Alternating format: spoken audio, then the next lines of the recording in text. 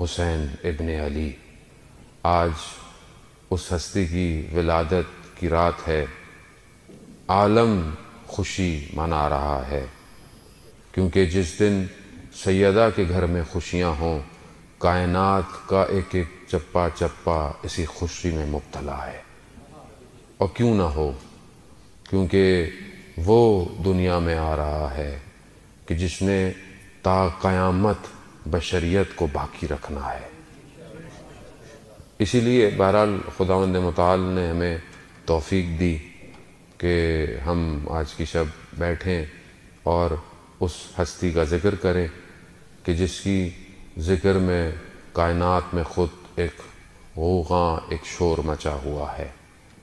کوئی دنیا میں کسی کے بارے میں کچھ کہے، کہیں کچھ کوٹ لکھا ہوا ہو تو ہم بڑے خوش ہوتے ہیں کہ فلانی جگہ پر بہت بڑی جگہ تھی، وہاں کسی کے لیے کوئی تحریر لکھی ہوئی تھی، انسان بڑا چوڑا ہو جاتا ہے، بڑا خوش ہوتا ہے۔ فلانی جگہ روڈ پر دیکھیں، فلانے ایئرپورٹ پر دیکھیں، فلانی بلڈنگ پر دیکھیں، لیکن جس کے لیے عرش پر لکھا ہو ان الحسین مصباح الہدی و سفینۃ النجات، تو آپ اور ہم شاید تصور ہی بھی نہ کر پائیں کہ کمال کتنا بڑا کمال ہے۔ تو بہرحال خوش ہونا ضروری ہے عزیزان محترم، خوش ہوں، خوش چہرے کو بھی ہونا چاہیے اور قلب میں بھی خوشی ضروری ہے۔ اور یہ خوشی عرش پر تب پہنچتی ہے جب آپ صلوات بھیجتے ہیں محمد وآلہ اللہم صلی علی محمد آل محمد وعجل فرج۔ شعبان کا جشن کربلا میں کر رہے ہوتے، خوب ضروری ہے یہ اندر سے مانگنا، میں کیسے جا سکتا ہوں مولا آغا صاحب، میرے تو یہ ہے وہ خوب۔ جس کے پاس کروڑوں روپے بھی ہوں، جب تک امام نہ بلائیں کوئی بھی نہیں جا سکتا۔ بلاتے وہی ہیں۔ اب آپ بولیں کہ وہاں صاحب بہت سارے لوگ تو عجیب عجیب سے جاتے ہیں اور عجیب سے واپس آتے ہیں۔ خوب یہ عجیب سے جانا کرم ان کا ہے، بلانا، عجیب سا واپس آنا یہ میری اپنی تقدیر ہے، یہ میرا اپنا مقدر ہے کہ میں وہاں سے آگے بھی صحیح نہیں ہوا۔ ان کا کرم، انہوں نے تو سب کو بلایا، انہوں نے تو رات کو کیا کہا، نہیں چاہتا چلے جاؤ، بیعت اٹھاتا ہوں، جنت تمہاری، یعنی بھیج رہے ہیں رات کو۔ اور صبح دشمن کے سامنے کیا کہہ رہے ہیں، حل من ناصر ینصرونی، ہے کوئی میری مدد کرنے والا۔ اللہ اکبر، کتنی مختلف تقریریں ہیں دونوں، رات کو بھیج رہے ہیں اور صبح سب چلے گئے، کہہ رہے ہیں کوئی میری مدد کرنے والا۔ یہ ہے امام، یعنی آخری وقت تک دشمن کو بھی ہدایت دے رہا ہے کہ شاید کوئی آ جائے، شاید کوئی ایک آ جائے، اور یہاں جو آئے ہوئے کہہ رہے ہیں چلے جاؤ، میں نے سب تمہیں دیا، چلے جاؤ۔ رات کو امام نے پوری کوشش کی کہ کوئی بھی خراب بندہ نہ رہے، صرف صالح رہے میرے ساتھ، اور صبح مقابلے میں صرف اشقیاء رہے میرے، صالح سارے پہلے ہی چلے گئے۔ رات کو امام اس طرح کر رہے ہیں کہ عشق قرت ہے، قرآن ہے، عبادت ہے، اور صبح سب نے اپنی ساری جانیں لوٹا دیں، کچھ نہیں بچا، صرف حسین ابن علی اکیلا کھڑا ہوا ہے۔ یعنی وہ بلاتے ہیں۔ اب یہ ہماری اپنی ظرفیت ہے کہ ہم وہاں پہنچ کر لاتے کیا ہیں، یہ کرم ہے۔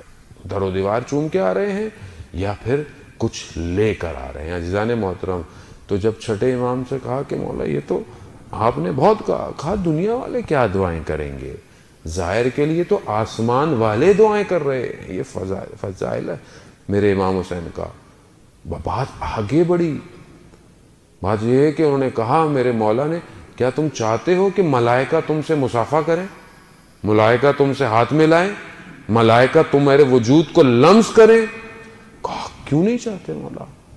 تو وہاں میرا 8واں امام، امام رضا علیہ السلام، اللہم صلی علی محمد وہاں امام نے کہا کہ من زارا قبر ابی عبداللہ، کہ جس نے ابا عبداللہ کی قبر کی شط الفرات پہ زیارت کی، کمنظارا، بالکل ایسے ہی ہے جیسے اس نے فوق عرش پہ اللہ کی زیارت کی.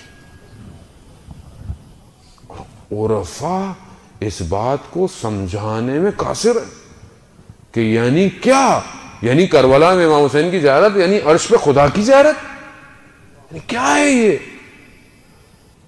یعنی خدا کی زیارت کو کر سکتا ہے؟ خدا کوئی وجود ہے؟ خدا کوئی بدن ہے؟ نہیں. وہی میرا امام حسین خود سمجھاتے ہیں دعائے فرما کہ اندھی ہو وہ آنکھ جو تجھے نہ دیکھ سکے، اور جس نے تجھے پایا اس نے کیا کھویا، اور جس نے تجھے کھو دیا اس نے کیا پایا. عزیزان مطلب ہم نہیں سمجھ پائے آج تک امام حسین کو. ہم نے چند چیزیں رکھی ہوئی ہیں، پورے محرم کا پیکج. جیسے ہی محرم شروع ہوگا ہمیں امام حسین تھوڑی یاد رہتا ہے محرم پہ.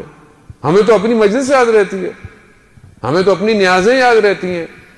میری مجلس ہونی ہے پورے سال میں ایک دفعہ، میری پوری طاقت اسی پر ہے کہ میری مجلس اچھی ہو، میری نیاز اچھی ہو. اور جیسے ہی محرم شروع ہوتا ہے مقصد امام حسین تو کسی کو یاد ہی نہیں ہے کہ امام حسین نے کیا فرمایا، کتنے قول، کتنے نامے، کتنی تقریریں، کتنے خطبے، ہدف کیا تھا.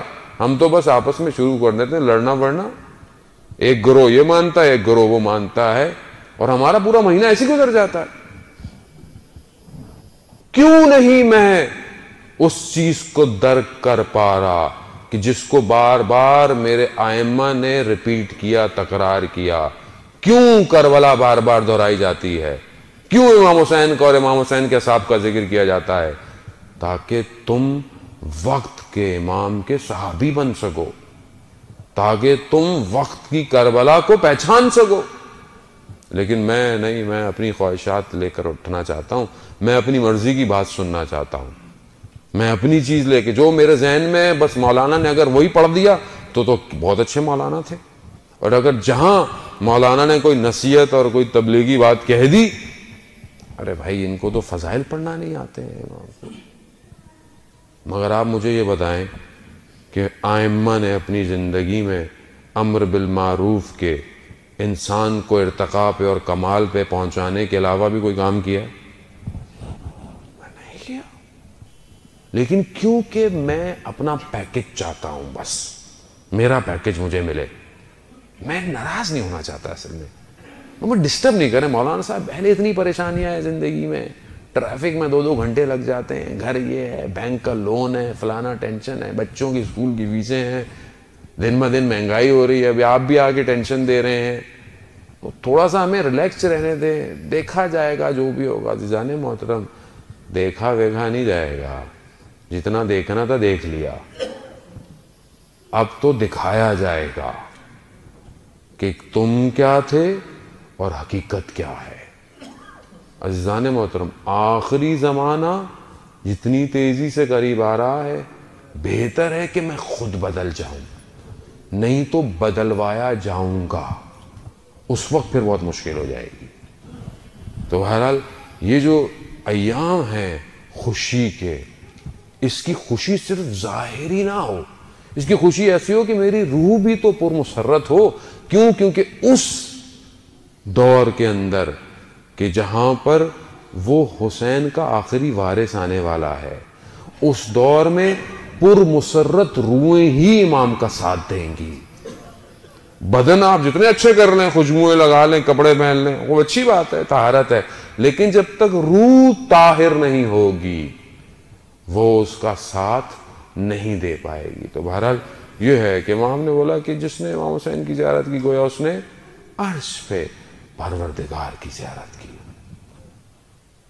عادت ہے آج خاندان اہل بیت پر اس مدینہ میں وہ نور اترا ہوا ہے کہ جس نور کے لیے جب رسول خدا جاتے ہیں تو کہا کہ ابھی بچے کو غسل نہیں کیا، کہا ایسے ہی لے آؤ. مغول وہ میر انیس کے کہ انشاءاللہ وقت ملا تو شعر پڑھوں گا، کہتے ہیں جو یہ تو طاہر اور اطہر ہے، اسے کسی طہارت کی کہاں ضرورت ہے. جس کا ذکر، جس پہ ذکر کر کر آنکھوں سے ایک قطرہ ٹپک جائے وہ خود طاہر ہو جاتا ہے۔ نہیں سمجھے عزیزان محترم؟ یعنی مچھر کے پر کے برابر اگر آنسو آنکھ میں آ جائے حسین کا ذکر سن کر تو جہنم کی آگ بھاگ جاتی ہے۔ خود کیسا ہوگا کہ جب رسول نے اپنی آغوش میں لیا ہوگا، کہ وہ ایک ملائکہ جس کے کئی عرصے سے پر اس کی عقوبت کی وجہ سے ہٹے ہوئے تھے، وہ انتظار کر رہا تھا کئی سالوں سے کہ سیدہ کے گھر میں جھولے پر وہ ایک مولود آئے کہ جس کے جھولے سے بھی میرے پر ٹکرا گئے تو مجھے پرواز مل جائے گی۔ ملائکہ انتظار کر رہا ہے، میں کیا کر رہا ہوں؟ میں کتنا انتظار کر رہا ہوں، میں کتنا اس کے ذکر کے لیے اپنی زندگی کو شفا سمجھتا ہوں۔ عزیزان محترم، یہ وہ نور ہیں کہ جن کی خلقتیں میں نے پہلے بھی عرض کیا کہ یہ خلقتیں جو ہیں وہ بہت پہلے سے ہیں۔ میں نے شاید عرض کیا، نہیں کیا، تکرار میں کوئی مسئلہ نہیں، کہ حبیب ابن مظاہر نے روز عاشورہ امام سے سوال پوچھا اور کہا میں اس لیے نہیں پوچھ رہا مولا کہ مجھے جان کا خطرہ ہے یا نہیں، مجھے پتا ہے، مجھے یقین ہے آپ پر، لیکن میں اپنی معرفت کے لیے پوچھ رہا ہوں۔ سلام ہو ان پر کہ جن کی جانیں خطروں میں تھیں مگر پھر بھی آخری لمحے تک اپنی معرفتیں بڑھا رہے تھے۔ کہا مولا بس میں آپ سے یہ پوچھنا چاہتا ہوں کہ آپ جب اس دنیا میں نہیں آئے تھے تو کیا تھے؟ جب اس دنیا میں نہیں آئے تھے تو کیا تھے؟ تو زیارت جامع کبیرہ میں بھی ہم پڑھتے ہیں کہ جعل اللہ لکم کے پروردگار نے آپ کو نور قرار دیا عرش پر۔ تو میرا مولا ارشاد فرماتا ہے کہ جب ہم اس دنیا میں نہیں آئے تھے تو ہم عرش پر نور تھے، نور تھے، نور کی حالت میں تھے۔ عزیزان محترم، یہ خدا نے چاہا، خدا نے چاہا کہ میں پہچانا جاؤں، خدا چاہتا تھا، خدا کی چاہت ہے۔ جو چاہت خدا کی ہو اور وہ ہماری چاہت نہ بنے، یہ کیسے ہو سکتا ہے؟ خدا چاہتا تھا میں پہچانا جاؤں، خدا نے کہا میں نے نور محمد کو خلق کیا۔ اللہم صلی علی محمد وآلہ محمد۔ عزیزان، اس لیے ہم تھوڑا سا اپنی روایتی چیزوں سے باہر نکلیں، ان ہستیوں کو درک کریں۔ ایسے نہیں تھا کہ ہر کوئی شب عاشورہ کہہ رہا تھا کہ میں صبح جاؤں، وہ کہہ رہا تھا نہیں میں صبح جاؤں۔ وہ ہر خیمہ، ہر ماں اپنے بچے کو یہ کہہ رہی تھی کہ بیٹا صبح دیر نہ کرنا قربانی میں۔ کیوں؟ کیونکہ وہ جانتے تھے کہ جو حسین پر قربان ہوگا وہ تا قیامت باقی رہ جائے گا۔ یہ حسین ابن علی، اور آپ حدیثیں کے ساتھ پڑھتے رہتے ہیں اور پڑھتے رہا کریں۔ گھر میں ہفتے میں ایک دن ضرور حدیث قصہ کی تلاوت کریں۔ آیت اللہ عظمہ بہجت رضوان اللہ تعالیٰ علیہ کہ آپ کی صلوات ان کے درجات میں اضافہ فرما۔ اللہم صلی علی محمد۔ آیت اللہ عظمہ بہجت جب تک رہے ہمیشہ شب جمعہ حدیث قصہ کا بہت اہتمام کرتے تھے، اور حدیث قصہ کو حدیث قصہ پڑھتے رہے۔ حدیث قصہ میں ہم کیا پڑھتے ہیں کہ جب امام حسن اور امام حسین آئے تو ہماری بیوی نے کیا فرمایا؟ یا قرۃ عینی، اے میرے آنکھوں کی ٹھنڈک۔ کتنا بڑا درس ہے عزیزان محترم۔ اب اپنے سینے پہ ہاتھ رکھ کے بولے، میں اپنے آپ سے پوچھ رہا ہوں، آپ اپنے آپ سے پوچھیں، میں نے کب اپنے بچے کو کہا کہ بیٹا یا بیٹی تم میری آنکھوں کی ٹھنڈک ہو؟ یہ ایک درس ہم نہیں لے پائے آج تک کہ میرے آنکھوں کی ٹھنڈک ہو، اور جو سیدہ کی آنکھوں کی ٹھنڈک ہو وہ کیا ہوگا، تصور سے باہر ہے۔ ایسے نہیں ہے، بی بی نے جملے ایسے نہیں کہے کہ مثلا ہم لوگ جیسے بعض اوقات بات کر دیتے ہیں خطابت کے جملے کہہ دیتے ہیں، کسی سامنے والے کو خوش کرنے کو کہہ دیتے ہیں. نہیں عزیزان محترم، ان کا ایک ایک لفظ بڑا نپا تولا ہے. یہ وہ ہیں کہ جن کے اوپر ملائکہ نازل ہو رہے ہیں، یہ معصوم ہیں، ان سے خطا اصل میں دور دور تک قرآن جن سے کہہ رہا ہو کہ ہم نے جو ہے وہ نجاست کو ان سے دور کر دیا ہے، وہ جب کوئی جملے بولیں، یا قرۃ عینی، اے میرے آنکھوں کی ٹھنڈک.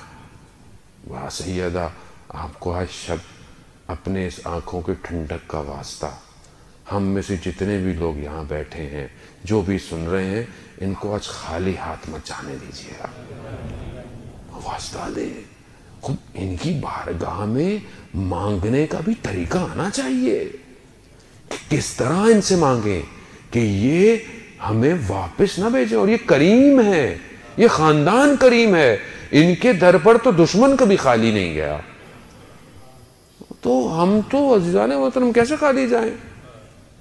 یہ ہمارا وہ بہت بڑے بادشاہ کا واقعہ ہے نا، اپنے خلیفہ کے دور میں 8ویں امام کی زیارت پہ آیا تو دیکھا باہر ایک نابینا بیٹھا ہوا ہے، مانگ رہا ہے. کہا کیا کر رہے ہو؟ کہا نابینا مانگ رہا ہوں. کہا کچھ دیر میں واپس آیا اور تم اس در سے آنکھیں لے کے نہیں گئے نا، سر سے گردن اڑا لوں گا. یہی ہوا، ایسے مانگا امام رضا سے کہ آنکھیں مل گئیں. بات یہ تھا کہ مانگنے کا ڈھنگ آنا چاہیے کہ مانگنا کیسے اس در سے. جانے ہوتا ہمیں مانگنا نہیں آتا. ہم مانگتے کیسے ہیں؟ ہم پہلے تو وہ مانگتے ہیں جو ہمیں نہیں ملا ہوا. بھائی پہلے شکریہ ادا کیجئے. پہلے بھی عرض کیا کہ شکر ہے، سب سے بڑا شکر ہے پروردگار تو نے اپنے چاہنے والوں کا ماننے والا بنایا. اس سے بڑا اور شکر کیا ہے آپ کے پاس؟ جانے محترم 6 امام کے بعد شخص آیا، آپ کی حسن سماعت کی نظر، اور آج ولادت بھی ہے، آپ کی مسکراہٹیں انشاءاللہ عرش تک پہنچے. 6 امام خدمت، کہا مولا کچھ نہیں ہے، فقیر ہوں، تنگ دستی ہے، نادارہ ہوں. کہا نہیں، تو دنیا کا سب سے امیر آدمی ہے. کہا مولا کیسے؟ کہا کیا تیرے دل میں ہماری محبت نہیں؟ کہا مولا محبت ہے. کیا اگر کوئی تجھے پوری دنیا دے دے، کہے کہ محبت دے دو تو دو گے؟ کہا نہیں مولا. تو کہا تیرے سے زیادہ تو امیر آدمی کوئی نہیں ہے.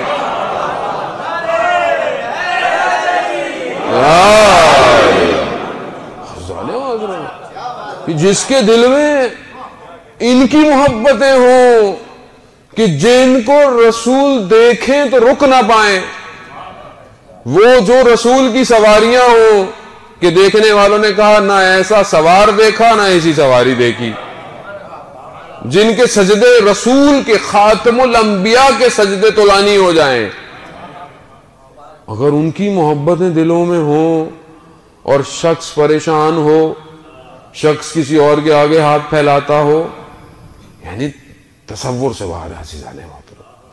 آدمی کے تو تھوڑے سے کسی کے جہاں تعلقات ہو جائیں، میرے تو لوکل سے تعلقات ہیں، میرے تو شہزادے سے تعلقات ہیں، تو چوڑا نہیں سما رہا ہوتا، وہ تو اس کی تو پرواز ہی پاؤں میں نہیں آ رہی ہوتی ہے، تو اڑ ہی رہا ہوتا ہے وہ.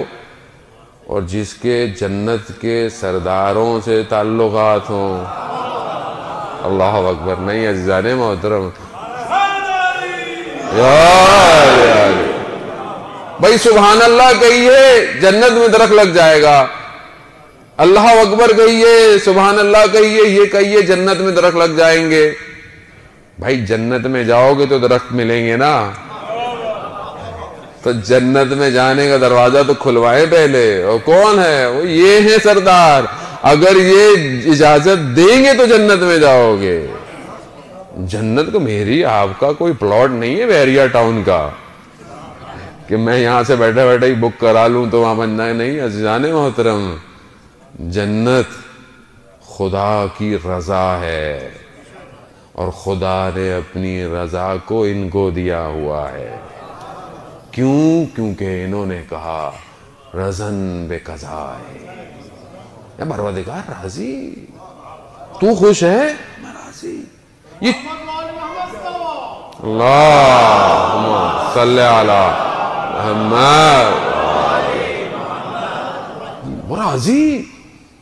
6 ماہ کا بچہ دیا، کمال ہے. مصائب کے جملے نہیں ہے یہ، کمال. آنسو صرف مصائب کے لیے نہیں، آنسو ہر حالت میں آنسو ہے حسین کے لیے. 6 ماہ کا بچہ دے کر کیا کہا؟ پروردگار تو راضی ہے، میں بھی راضی ہوں، راضی ہے۔ ایک لمحہ مورخین کہیں لکھ نہیں پائے کہ کہیں امام حسین نے تکلیف کا اظہار کیا۔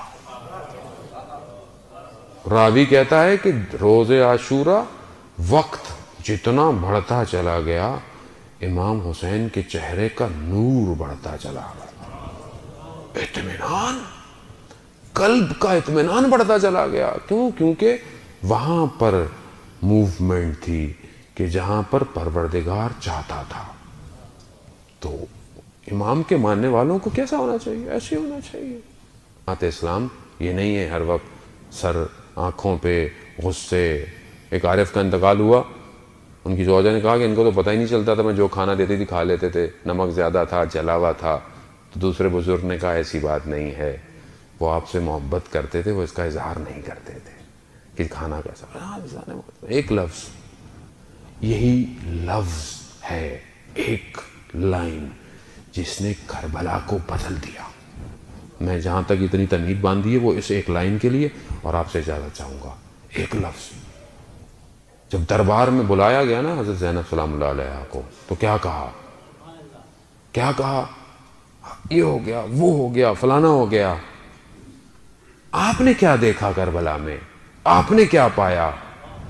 ایک ایسا جملہ بولا میری بی بی نے جس نے نقشہ پلٹ دیا تاریخ کا۔ کیا کہا؟ ما رأیت الا جمیلا۔ تو بھئی کربلا میں کیا دیکھا؟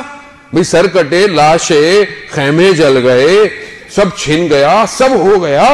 بھئی قاسم چلے گئے، علی اصغر چلا گیا، عباس کے بازو کٹ گئے، اور یہ اور وہ اپنے اس پر کہ ہم نے تو یہ کر دیا، ہم نے تو شکست دے دی۔